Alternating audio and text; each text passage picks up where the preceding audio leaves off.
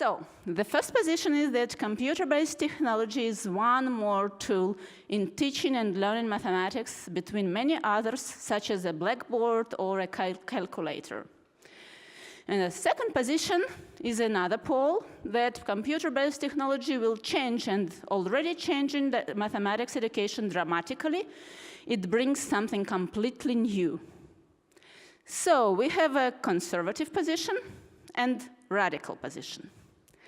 What I'd like you to do now, you all have internet in your phone. If you suddenly don't have internet, Yandex free Wi-Fi is for you now.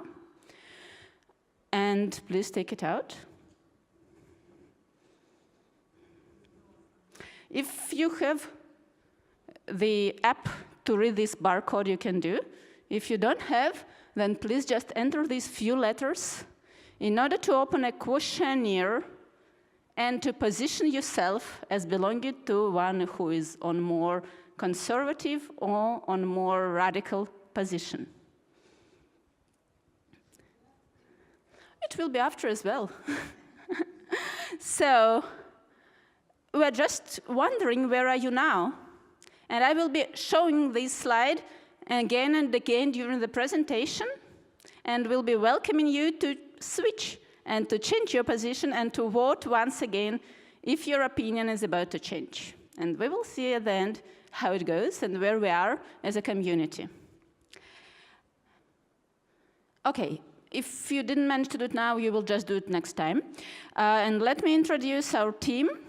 We have Vladimir Dubrovский and Ангелика Бикнер-Асбас as a conservative team, and Alexei Semenov and Rozа Leykin as a radical team.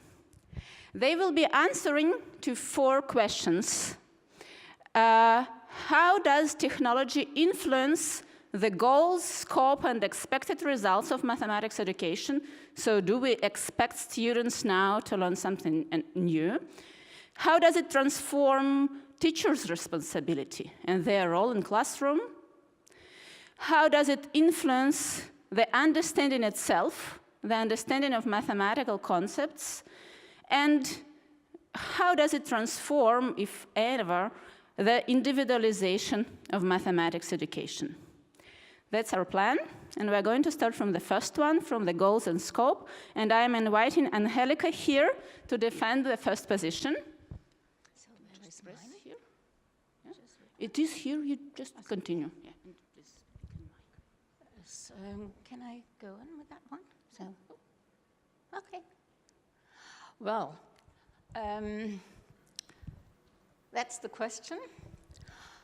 Well, meta-studies have shown that there is no difference.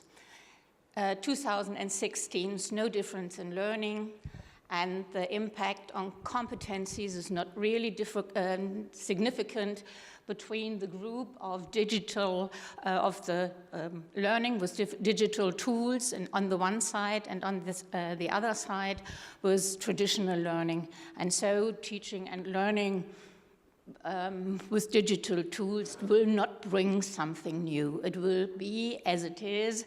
And the goals, what are the goals? The goals is to learn mathematics. Mathematics does not change, does it? Mathematics is always the same. So the goals, what kind of goals should the technology change? Mathematics cannot be learned out of school. So when you are at a higher level, so differential equation, integration, that's learned in school. And technology will not change the situation, and therefore the scope is as it always is, and they have to learn what is learned in school all over the time. So it has to be learned in an institutional way, as mathematics always have been taught. So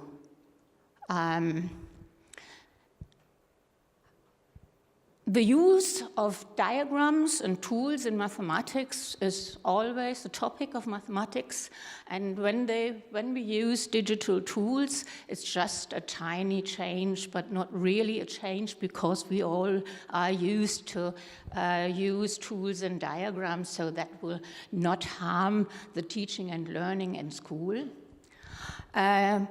And when we talk about goals, they may be a bit redirected by technology, but the real goals are problem solving. They are the main goals for, 100 years or more: problem solving, proving, argumentation, using diagrams, mathematical language, and this does not change so much. So if there is a change, the change is really, really tiny. The resources might be changed.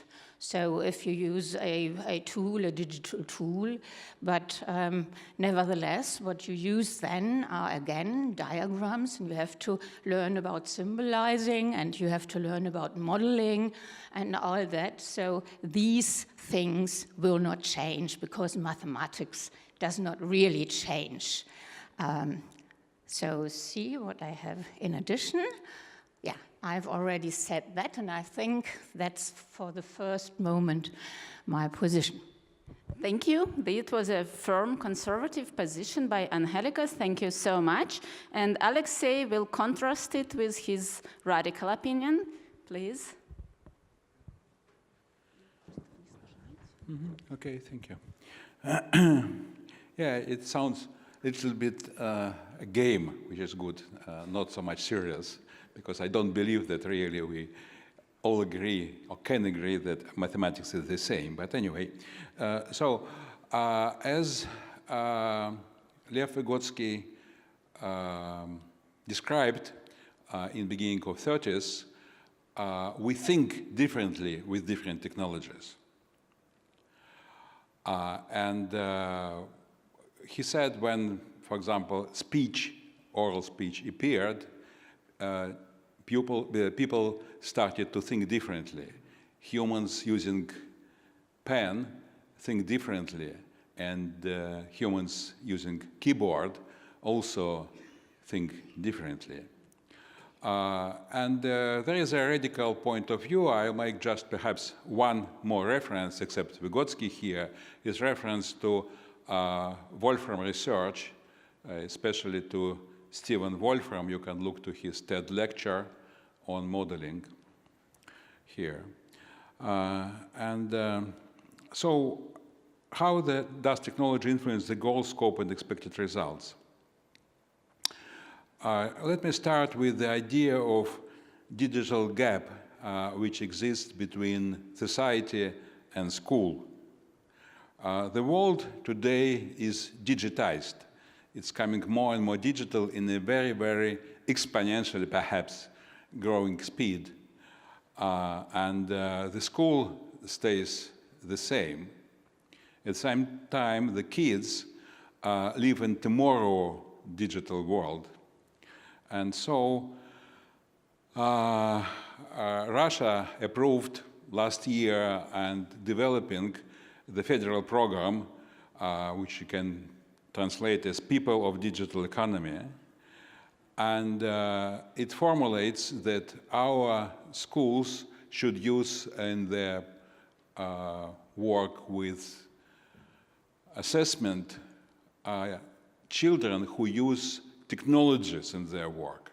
So talking about ordinary Russian school mathematics, we can imagine the following goals: to reason logically and algorithmically. Perhaps we don't have time to discuss. I believe everybody understands more or less the same.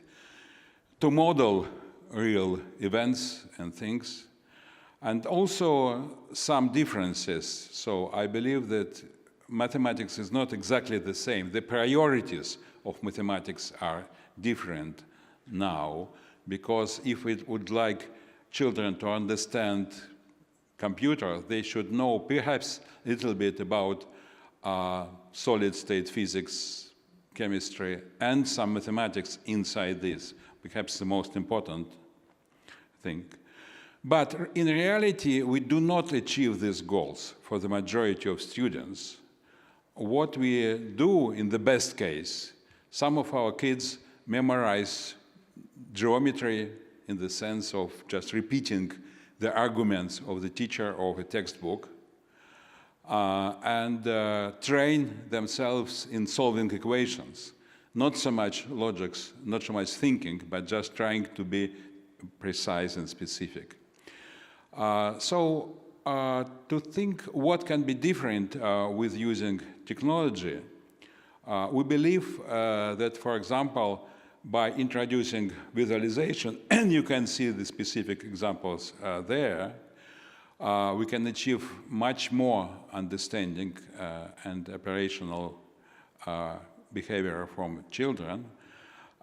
We can propose for them experiments, and the most important thing perhaps is modeling, which was mentioned shortly in the previous talk, but in the sequence of events, understanding of reality, description it in the formal language, and formula manipulation, computation.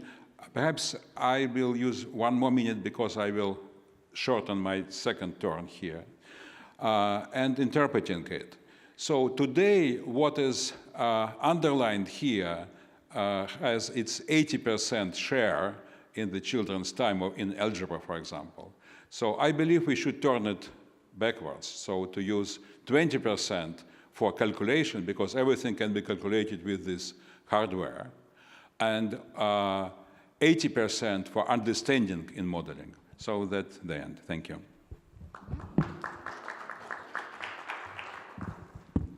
And thank you for perfect timing. We have discussed the first question, and you are welcomed to join again to our questionnaire if you want. And let's progress to the issue of teachers' responsibility. And this time we will defend at first the radical position, please. Rosa.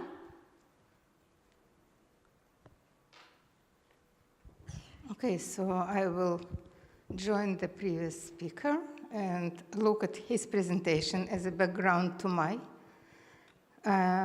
Okay, now I understand how to use this technology. So I wrote changes in teachers required versus existing, because I think that I would like to talk about what is required, because what is existing is far from what is required with our technologies. So the major goal of teachers, in my view, within technological area is devolving, as usual, devolving mathematically challenging tasks to students and monitoring their learning process with respect to students' mathematical potential. Now, if we look at mathematical potential is a very complex structure which includes abilities, creativity, domain-specific and domain general abilities, then affective field, and I think that technology changes students' world, and they have different relationship to regular lessons, while at home they have virtual reality, they play games which should develop a working memory, and probably their mental processing changes, so teachers have to adapt themselves to these changing mental processes. And additionally, the changes in mathematical challenges that can be presented to students also require from teachers adaptation to new reality in school. So when students coming to classroom, the change is global, and teachers didn't pass this change yet because they were studying mathematics at a very different reality. So why teachers need to change themselves, or probably we need to have more. I don't want to tell young teachers, but it's something that I think that change will come in 20 years, which will be really feasible or we will feel this change. But in any case, there is some dissonance between what students want to have and what teachers can give them now. We can think that you can see this picture and I see my grandchildren who are taking books and trying to make this movement with the regular books. And then they just catch themselves and, now I have to turn on the page. So this is a very different experience, and teachers who are teaching now didn't have this experience at all. Now they have to change themselves radically. And also another issue that it is unclear future for students, because we know that about 40% of professions which are now existing will be not existing in 20 years. So students don't know where they're going. So we don't need to teach them procedures in mathematics. We need to teach them to think, to learn, and probably transferable 21st century skills, which is flexibility, collaboration, critical thinking, and social-emotional area, which is appropriate for the new era. So for me, the major component of new teaching is creativity. Teaching for creativity was not popular for many years, and we didn't see among the goals of mathematics education creativity. Now we see more and more creativity in mathematics educational goals. So what teacher can do when he's teaching for creativity? I just want you to see this example when we present students with a very simple problem and ask them to discover new properties. So students in a classroom arrive at 250 different properties. How teacher can evaluate those properties? So he has to think differently to be connected to those discoveries and to evaluate them on the moment and tell to students what to do and how to do, and probably to make comments on those things. So if I think about teachers' professional, I skipped a slide, but if I think about teachers' professional potential, so they have to change their knowledge, they have to change their belief, and probably their personality to fit themselves to students' reality in technological area. Thank you. Thank you very much, Rosa. And we invite Ангелика to try to explain why teacher's responsibility actually doesn't change that much. Well, all what was said could also be done with normal solids. We have just done a study with children from Denmark who had difficulties in interpreting and using formulas. And as soon as we included different kinds of normal solids, they improved the way they worked with formulas. And so solids are as good as technology is. So on the other hand, technology doesn't change something by itself, but it changes if the teacher is prepared to be changed. I have been a teacher for many years, and I know that all teachers teach under uncertainty. And whenever something new comes in, the uncertainty raises, it goes up. And if you have an uncertainty that is very big, then there are many difficulties because you are not very sure what to teach, and the children also become very uncertain. In a last study, we have tried to implement new ideas into a specific school together with other educators, and we had very nice ideas, 6 PhD programs, and they all failed. All of them failed. And why did they fail? Because the teachers picked, like cherry picking, the things that they want to use into their classroom, but the new ideas didn't come about. So the teachers recontextualize what is new according to their experience, and we know that. So I have Fendt has investigated that in 2011, and what Cuban has always said, the grammar of schooling is always stable, and for that reason, reforms in most of the cases have the tendency to fail. And Fendt pointed to the recontextualization. So if you do something new into the class, teachers recontextualize according to what they in the middle or what they immediately want to achieve. And this is probably not the big change and the revolution, so the change will not happen. So probably in incremental pieces, during the next 100 or 200 years. A recent study has shown under what conditions there will be a change. So it is the teacher that changes when the teacher is prepared and the teacher wants to change. But the same study also says that the effects of this kind of support that the teacher offers to the students, this goes down, decreases when the things are new, not new anymore. So over time, the effects are lost. Thank you so much. So if any effect, we are going to lose it, according to Angelica. And I again invite you to revote if you wish like doing that. I'm keeping it a bit because I see that some people do need it.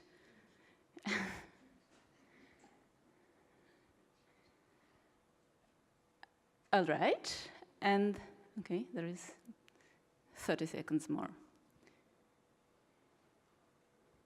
Yep. And let's move to the next question and go deeper into the classroom and what is particularly happening with the students there, and if they understand the mathematical concepts in a new way. And this time we will start from conservative position. Please, Vladimir, come and join us. Thank you. Where is my...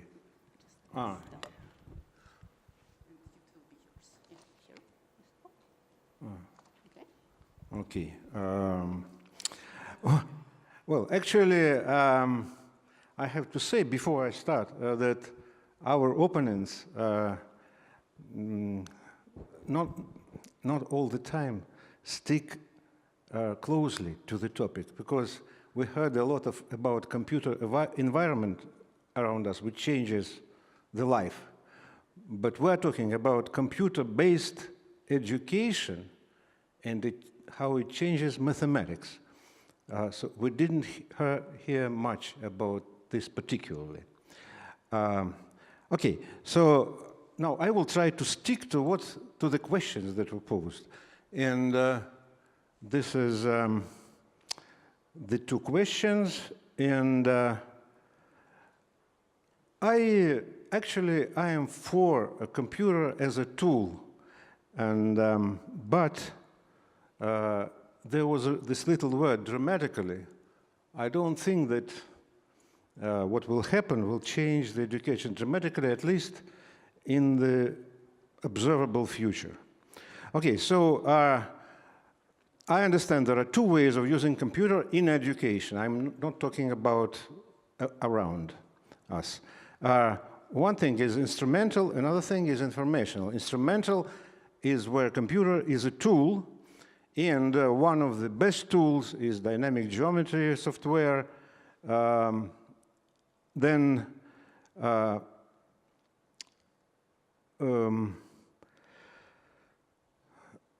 this is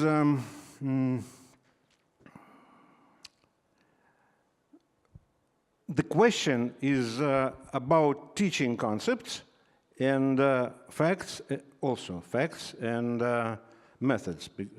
We should not actually separate them. Okay, informationally, and when we talk about computer as a tool, this is about concepts, yes? And when we talk about informational part, which is represented by different distant learning systems, learning management systems, and so on. This is more about individualization, which is the question number 4. So what do I think about how technology changes the understanding of mathematical concepts? And I will focus on digital, dynamic geometry systems. So these systems have 2 main features that make them effective, if they do. It's visuality and tangibility, and they provide 3 most important types of activity, which is construction, exploration, and discovery, which was not often in before computer era.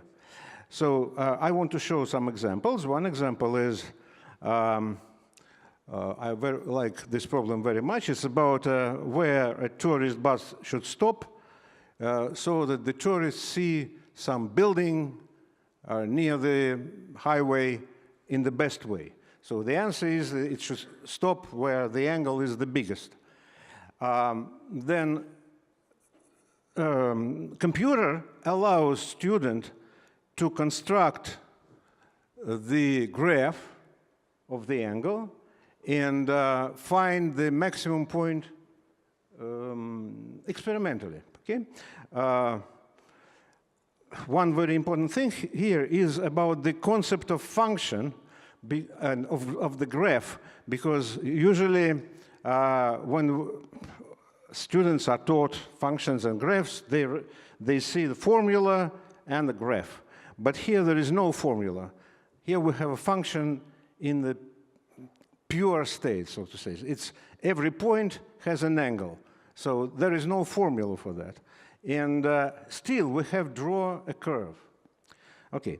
Then the continuation of this is to find, its resolution is different, to find the geometric solution to this problem. We can try to represent this function as a function on the plane. And this is done by contour map. So we can color the plane so that every value has its own color. And then we have this pattern, but it is wrong because of the resolution. It must be circles. And actually, it leads us to inscribed angle theorem. So in this way, solving this problem, we can both solve the initial problem and also understand the inscribed angle property. Okay, but this is all good. But what I think about it here, we use computer as a tool. It does not change the education dramatically. And to illustrate this, I give 2 examples. This is a picture from a very good book of 1961, a book of curves by Lockwood. And every kind of curve there was accompanied by a description of an experiment where a student had to draw this curve by, he gave best dimensions and so on, the author, I mean, the best dimensions and so on, and the student had to draw, for example, these lines and then obtain the curve. Here, this is done, actually, it's more or less the same. This is a quadratics of Dinostratus, the graph constructed by our students and done by computer, but basically it's the same. So following the geometric ancient Greek definition, they constructed this curve. So actually these are more or less very similar activities, except that this one, of course, is easier to do because of computer. But again, I don't think that this is a dramatic change. And so actually, this is my point here. Okay. Thank you very much. Okay, but that's not the only opinion. So Alexei, please give us a radical perspective on mathematics education.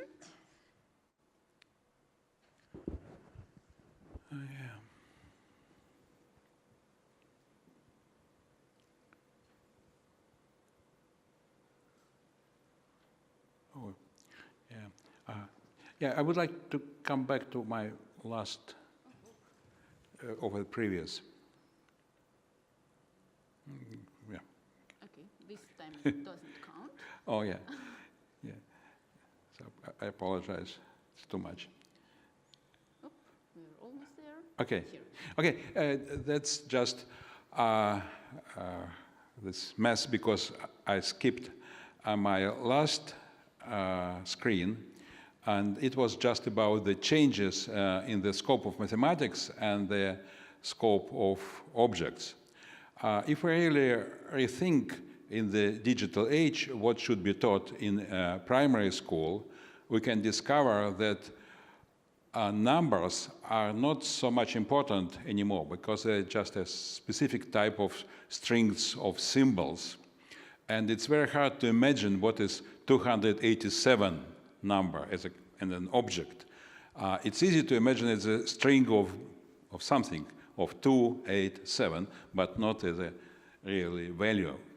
So that's just one example, and there are other examples, and there is a option to construct all the bases for digital math and general math, like set theory or whatever, starting with the very visual objects. That's one of the ideas here, and it can be supported, yeah, if you just come back to my presentation, can be supported with computer environments. So coming back to this, I would like to mention just two cases. One is the story about measurement. Of course, measurement is a very good thing anyway for all our courses, but we neglect most of the measurement. Let's start with a very simple thing like counting. Arithmetics was usually explained as art of counting and then addition, subtraction, multiplication, division, and we usually skip counting. For example, if you just bring a jar of beads and ask kids in a classical way, and ask kids how many beads are there, you can have a very different answer, say, perhaps more than 20, or 1 million. And then you just ask kids to count how many really there is, and in this way you can even invent decimal system. I'm not going into detail, but that's very important, actually, to invent something or to discover something. And it can be much easier if you just save your time on some, wrong word, stupid, calculations in your course, but just to use this for, as I said, discovery or invention. So graphs and functions. You can use digital sensors, and actually it's really can be even proven in usual psychological way or educational research way, that if you use this sensor and just ask a kid to walk to and back to the sensor and backwards and show the graph, then understanding of movement and graph of movements become much more easy, accessible for children. And so these are some pictures from some schools. Even walking outside is also an important story. This is temperature graph. And you can have cold water, warm water, and more heated water. And you can, again, compare your feelings of the water with the graph on the screen. So it really works. One more, of course, is a famous story about coding, how we call it now, and we call it programming a little bit, 20 years ago. And this is that if you have some visual environment for your programs to calculate or to do something like here, move on a maze, robot moving in the maze, it helps you to learn much more about programming. This is a robot in the maze which was discovered in different countries simultaneously and independently. Another famous example is Logger, the turtle which moves over a screen. And again, it can be very easily understood what means cycles in your programming. So that's all I would like to say, and perhaps also saved a little bit of time. Thank you. Thank you very much. So we got a perspectives on conceptual understanding now in mathematics, and this is just again an invitation to join voting. Yeah? Okay, good. Seems like you got to the code. And let's move to the last question about individualization, which is quite often considered as one of the technological opportunity, but would it seriously change something? And Rosa thinks, at least plays a role, that it will.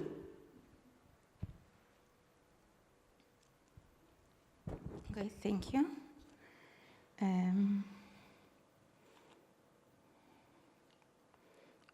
Okay, when I talk about individualization, so the key terms that were used for many years is streaming, scaffolding, differentiated instruction, and self-regulated learning. And were they real when there were no technologies? Let's look. Streaming. Some people vote for claim that streaming is against social justice. When you assign a student to a streaming, to a special class, for example, then what you are saying about others who are not in special class. Scaffolding. There is the danger. If you think that a mathematical challenge is the core element of mathematical instruction, there is a danger the teacher will remove the challenge at all, so students will be not challenged. Differentiated instruction, many people think that in differentiated instructions, teachers have to bring different tasks for different students, and then what teacher should do in such a classroom when everybody is working with a different task, how teacher can respond. And then self-regulated learning, what teacher can do with self-regulated learning when his own self-regulation probably is not so good. So I would like to argue that technology helps us to solve all those problems. I would like to refer to several things. First of all, technology allows us ongoing assessment of students. There are technological tools which allows teachers to receive information immediately after performance of tasks by students. Looking at different responses, computer can analyze students' work and inform teachers about common mistake in the classroom, a common solution, or inform teacher about some original solutions, and then teacher can refer to different paths of learning and allow students different learning in the classroom.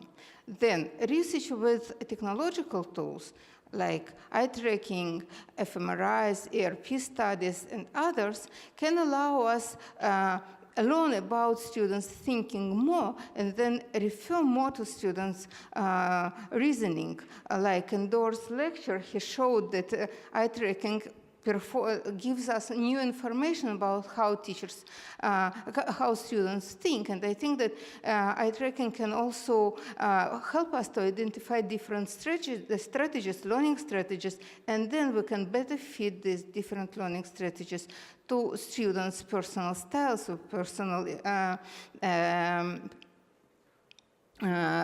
abilities. And then task design with technological tools, which is very important. That self-regulation can be performed using computer-based environment, or, for example, computerization of step task. We have, for example, tasks that we have a big task and allow students to move to an easiest task by themselves, by their decision, and then teacher is not involved even in this reduction of mathematical challenge. And student can learn and decide by themselves whether he wants or not wants to have help from the computer when he is solving a task. Then I would like to also argue that there are some added values in technology with information processing. For example, machine learning can work with big data and inform us about things that we didn't know before.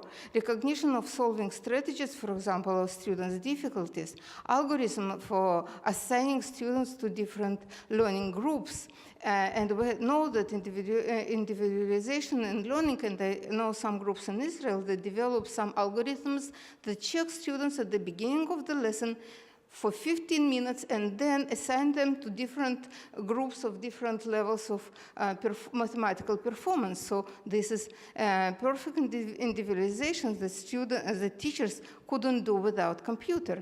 And then revealing differences in cognitive processes, and I would like to present one example with the ERP study that gave us some insights and differences in informational processing or mathematical processing by students with different levels of IQ. And for example, based on this study, we argue that students who are very good in mathematics but have different IQs, and this is not popular what I am going to say, but they have to learn in different groups because their mathematical processing is very different. So this information that couldn't be, and on the behavioral level, there were no differences between students with high IQ and low and normal IQs, for example. So we have, using technology, many more information about students' learning. We can help them to choose their paths of learning, and I think that this is a very radical change. And when I said that teaching with technology is more complex for teachers, in this way, for individualization, technology helps teachers to make this individual process of learning. Thank you. Thank you, Rosa. A lot of data towards quite a change, but of course, that's not the whole truth. And Vladimir, please explain us why it's all not that serious in individualization. Okay.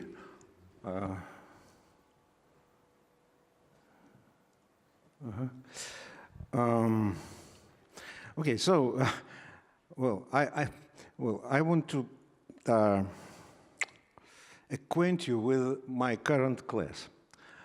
So one student is number 3 in the national IMO team. Another one finishes reading the 3 big volumes of mathematical analysis and wrote a paper on some, like a reference maybe, on about elliptic function. The third one is a very strange guy who comes to a class and is just sitting staring in the space. He has nothing on his desk, but he is solving problems this way. And if I want him to write something, I ask his neighbors to give him pen and paper. Another one declares that he despises Olympiad movement, but he is interested in research. A student who is always late. The one whose concern is only to be admitted to the university. So all of them are very different. I can't imagine a computer that would cope with this diversity of students. What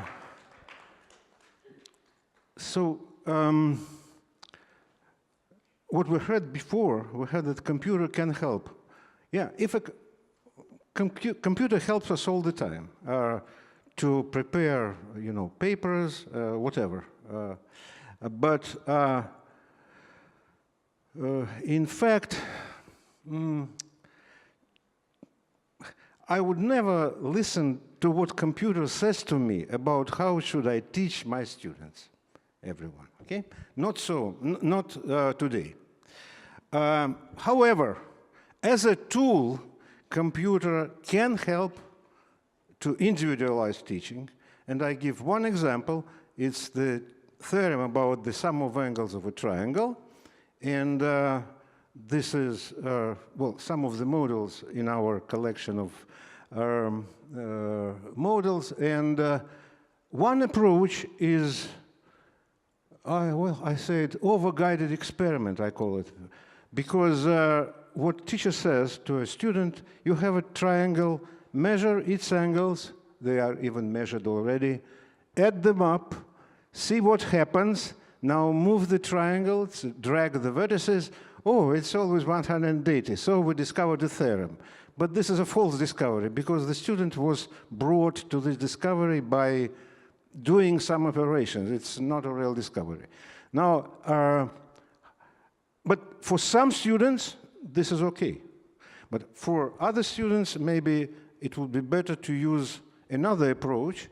And it consists in the first step, students are offered to tile the plane with copies of a triangle, or a given triangle.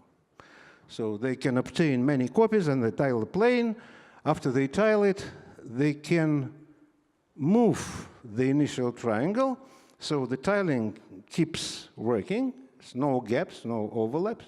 Now the question, why any triangle can tile a plane?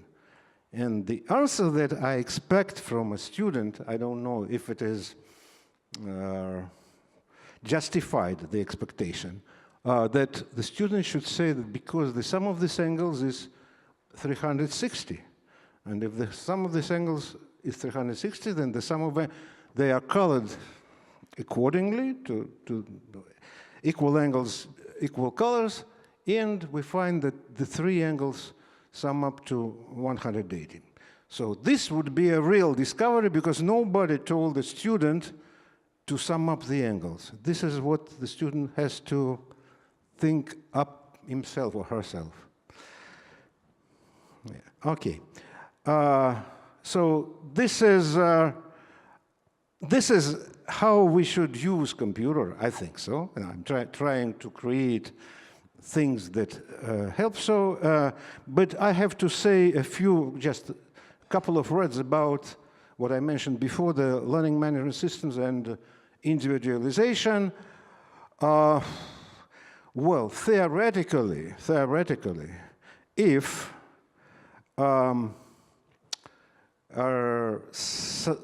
in the future, science fiction, artificial intelligence will be able to work out the big data from students, maybe this artificial intelligence would be able to individualize educational trajectories of different students. But so far, what I could see in many different systems, they are just primitive, and they cannot replace the teacher. Okay, so finally, I looked at unfortunately, I was unable to appear here in the morning earlier, but I saw this report about the survey of teaching geometry with computer in America and in Russia, and in the synopsis, in the summary, what it says. The study revealed that although Russian teachers and students surpassed their American counterparts in geometry, the American participants in the studies showed a more positive attitude toward the use of computer in the educational process. And this is all we need to know about the changes that computer is supposed to make. Okay, but let me say one more word, okay? Just 1 minute, 1 minute. Actually, here, I am in this game, I am in a win-win situation. Because if you vote for conservative point of view, you will vote for what I've been saying. If you vote for computers, you would vote for what I am doing. In my so, but yesterday I discussed this question with my colleagues in developing the software we're developing. And one of them told me, he's a professor in one university, and he said that the things do dramatically change, but not because of the questions that we have been discussed here. Because, yeah? Give a comment later. Okay. We have defending positions now, but there will be a moment to give a comment, okay? Yeah, okay. Yeah.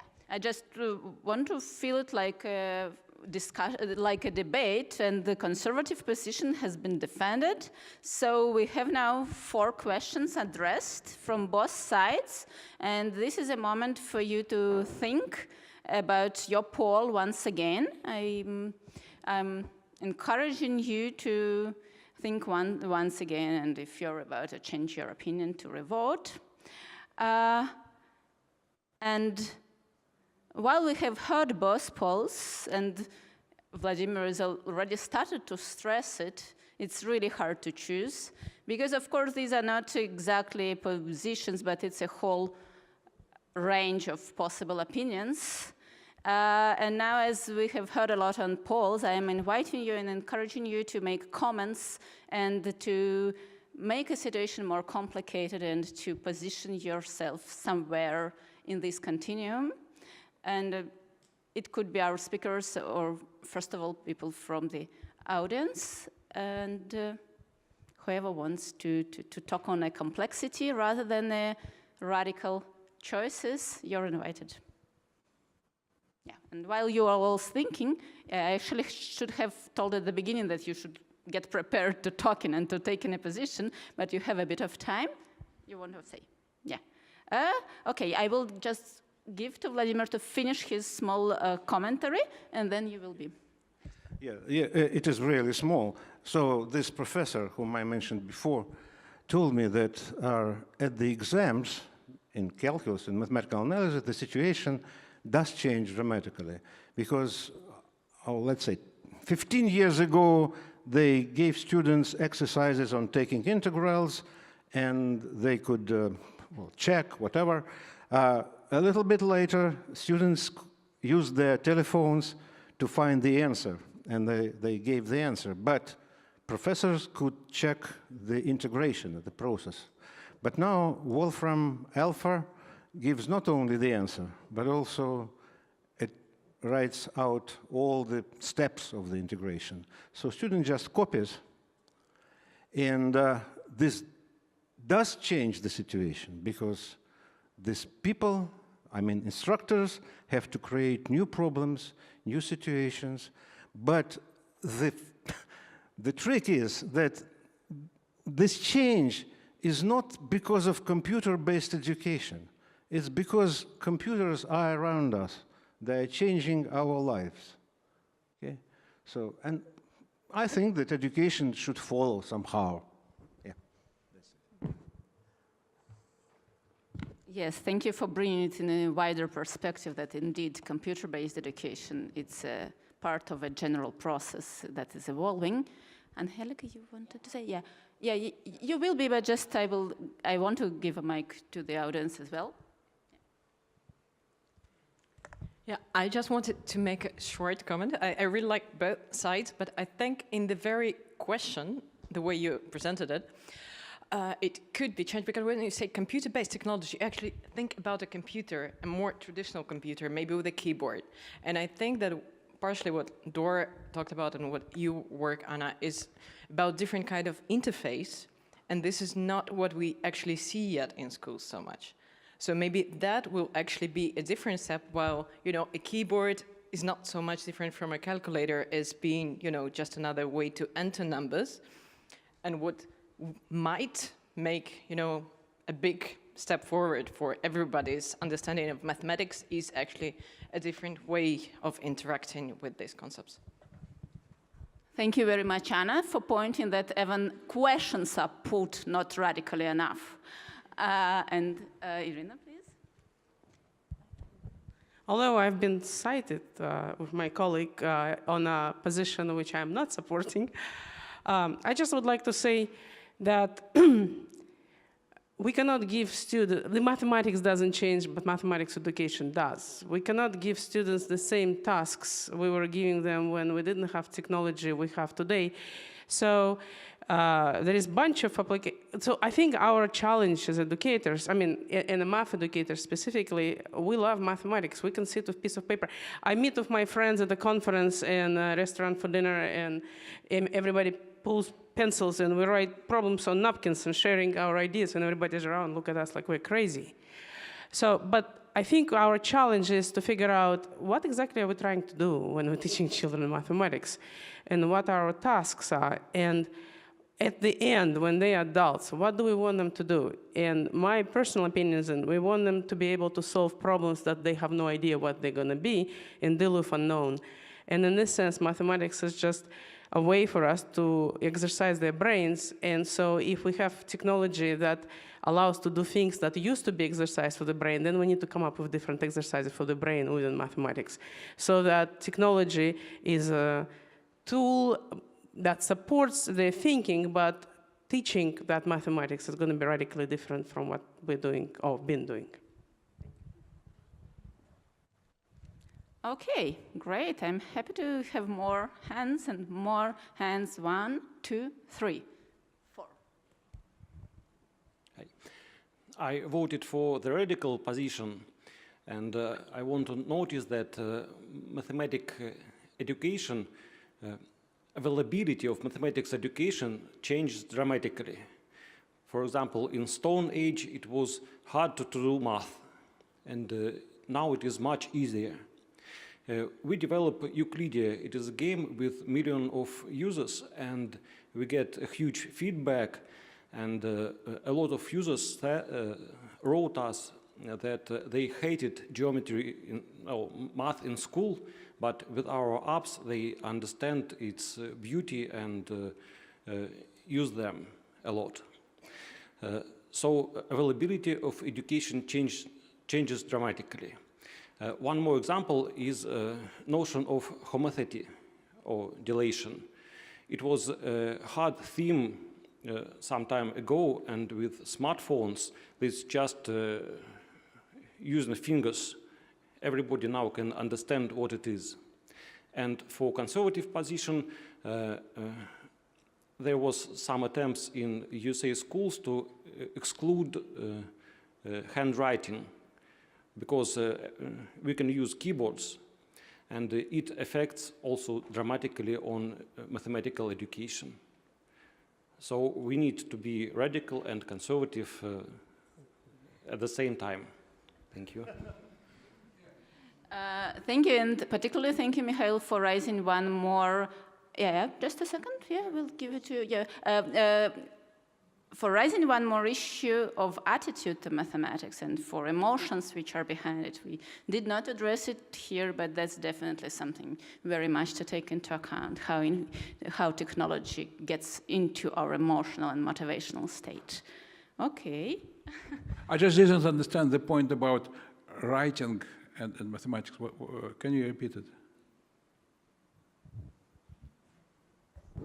You see, there are a lot of professionals here in brain structures and so on, but handwriting is a kind of motorics that develops our brains.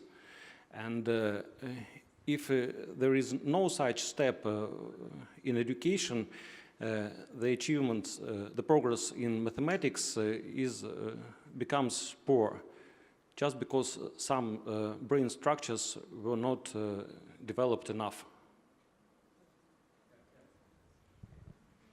While I'm just transferring a mic to the next one, I will say that in the lab where I'm working currently, they exactly developed technological handwriting, and a computer would check what you write by your hand, and it seems to be also quite efficient. Yeah, may I? Because it was just clarification, that's my reaction.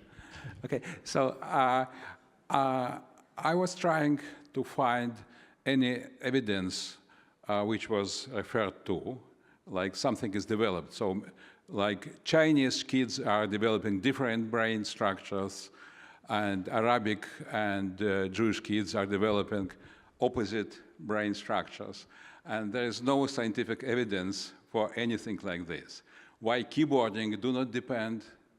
So when we are discussing about logical structures or these brain structures, perhaps we can find much more effective ways to develop than just writing X and sine and 3 and everything.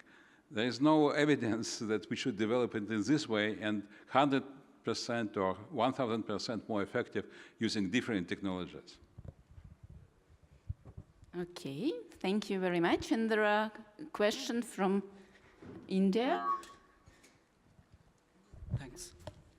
Hi, I'm Kumar. I'm from India.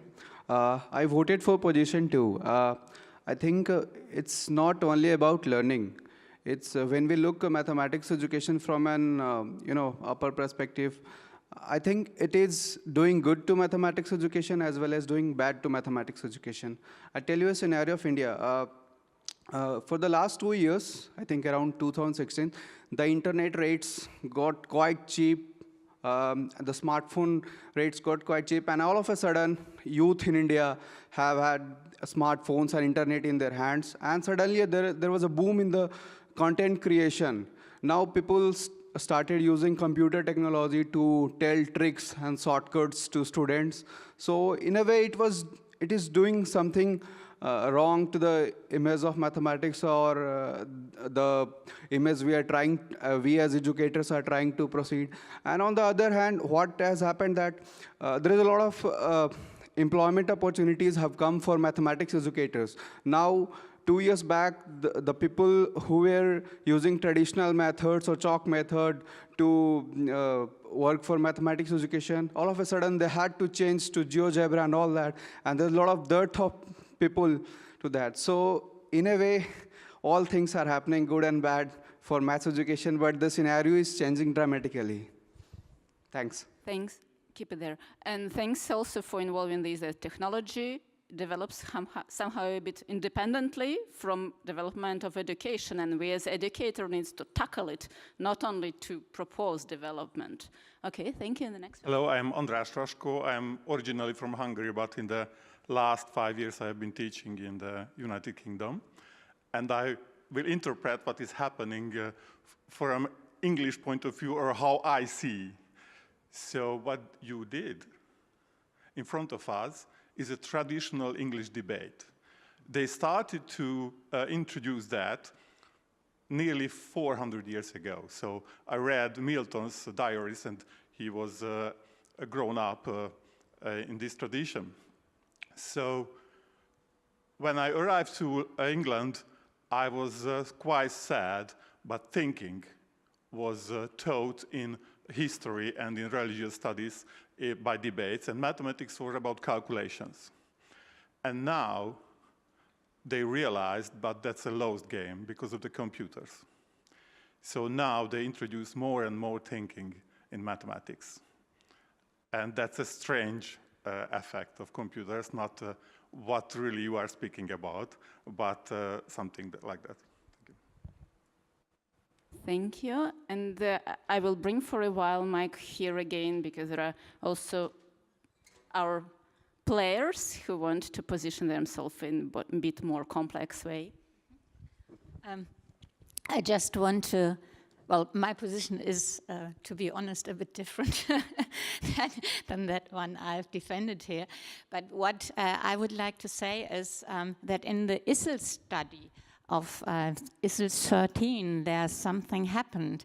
So the Denmark scored very high in the ISIL study, but when you looked at into the math classes in Denmark, the teachers, many of the teachers teach very traditional and still traditional. So I have a lot of colleagues who work in teacher education.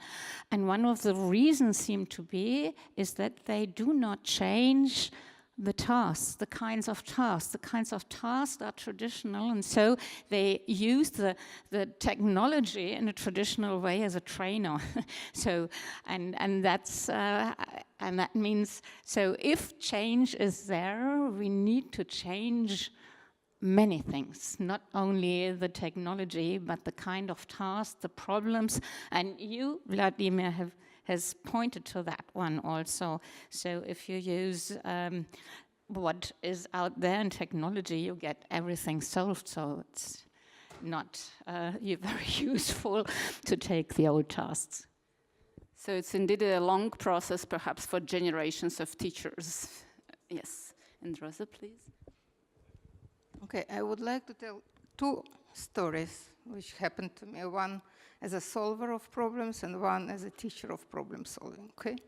The first story refers to my return from United States, from postdoc to Israel, when I started to work with Mihaly Yerushalmi. Probably not everybody knows her name, but those who know, she invented dynamic geometry with Judah Schwartz in Harvard University, so it was one of the first dynamic geometry softwares. And he had also softwares for algebra and calculus. So I would not tell stupid enough, but probably I told her that before I will understand that I cannot solve a problem without dynamic geometry, I will be not convinced that it helps. So I was searching myself for problems that probably I can solve using dynamic geometry. And once I found one, I started teaching with dynamic geometry. The second story was that when I was teaching a course for teachers, which called Mathematical Challenges in Education, my goal was bringing problems that make teachers thinking mathematically, difficult problems that they will be stuck for half an hour, and then we can discuss how to unpack the problem. And I had a student in my class who was solving each problem that I brought in 2 minutes.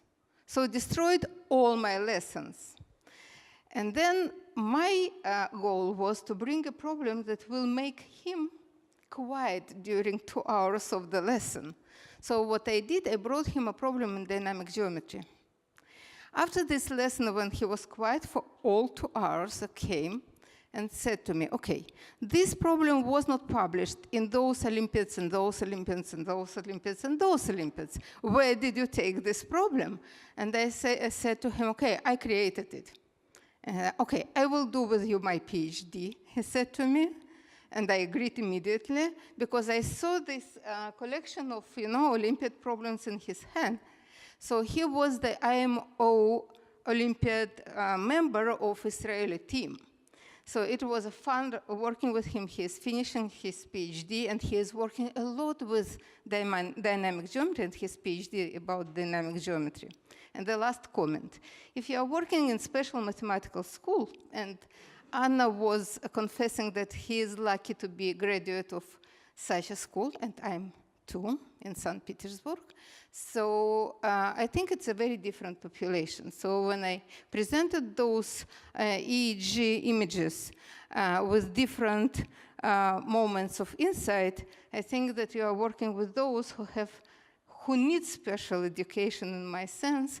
So when we are talking about individualization and technology, it's much more going to those who need real differentiation and real help now. Okay, thank you.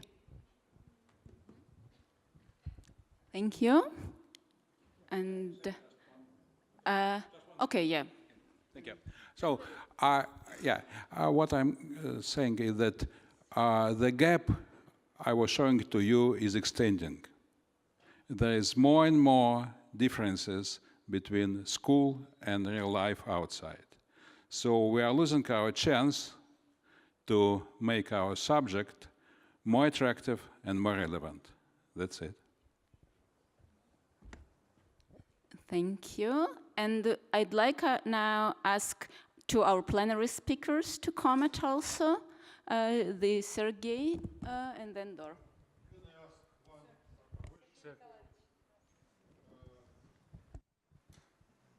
question? For all 3 persons. About 6 now is about 40 years when Cabri is appeared.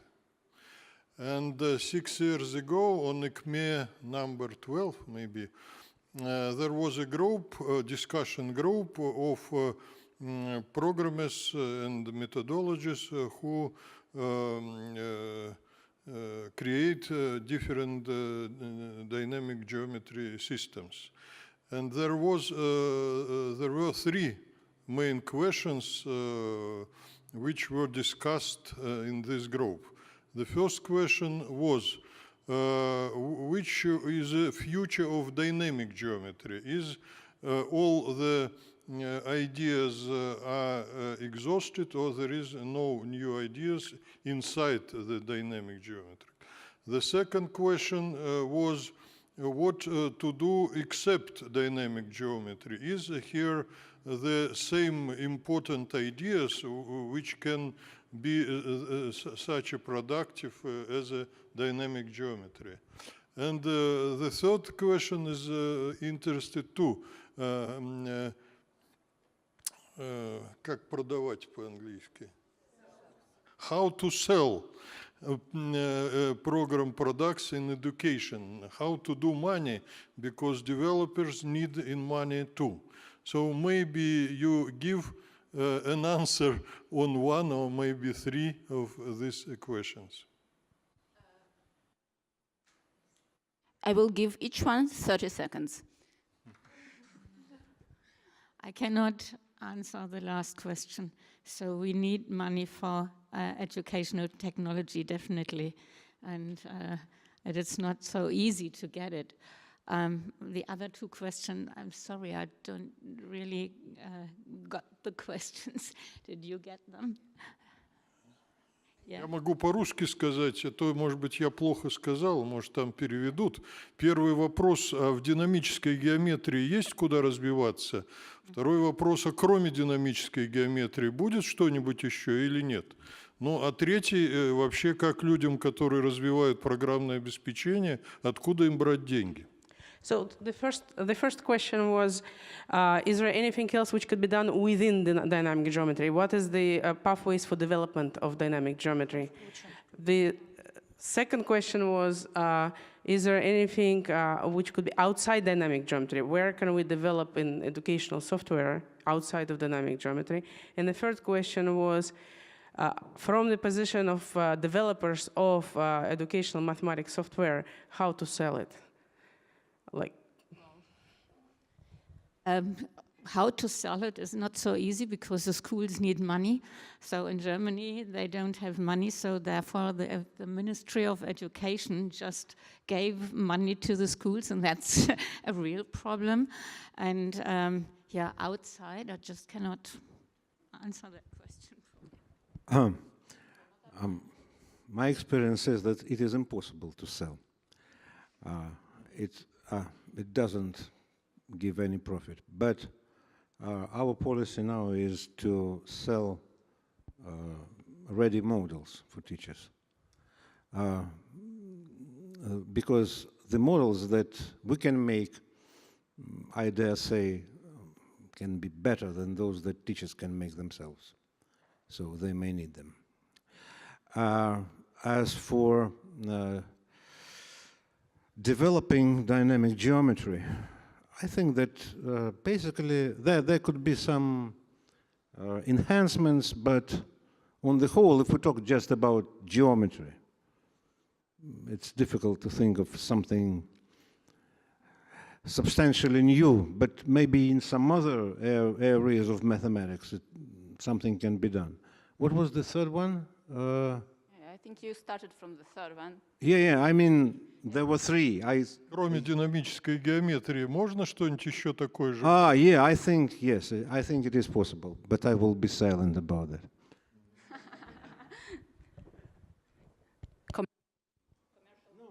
Commercial secret. Yeah. Okay, I'm not a commercial person, so I will not answer the third question. I think that there are softwares for algebra and calculus, and it's not the dynamic geometry, it's other parts, but I think that some virtual reality can also come and help us to manipulate, and Dor was talking about some elements of manipulation, but I know some researchers who are trying to use Second Life-like programs to teach mathematics. Still not so successful, but probably it will come. Okay, thank you. And I asked Dor to comment shortly, and we'll see if we have time for one more question. Thank you very much for this original panel. I enjoyed seeing people debating not necessarily for what they believe in. It's a lovely tradition. 3 quick comments. So one of them is about the relation between, I guess, artifacts, media, and knowledge. And I'm not sure those things can actually be differentiated. This is if you go online and search in Vimeo, is it Vimeo? Seymour Papert, Australia, 2004, I think there's a wonderful talk. One of the things he says there, he says, the mathematics that most of us do today, he calls it paper math. And he says the reason is the media that we've had now for thousands of years have been, you know, papyrus, paper, or sand. And so the math that we did was the math that you can do with those media. And now that we have computers, the mathematics itself is changing. The very nature of the content, the ontology, and therefore the epistemology is changing with the media. And there's a book by Andy DeSessa, I think from 2000, about conceptual change with media. And he speaks there, he tells a story about an ancient Egypt where people were coming to the, you know, the pharaoh, the Egyptian emperor, and says, to showing him writing. There's this new thing called writing. He says, we should not allow writing in our kingdom. If you start writing things down, you'll forget. You'll forget everything. It will be terrible for our Egyptian civilization. We should ban this writing thing. Okay? And my third comment is on the relationship between developing artificial intelligence and understanding what it is that teachers do.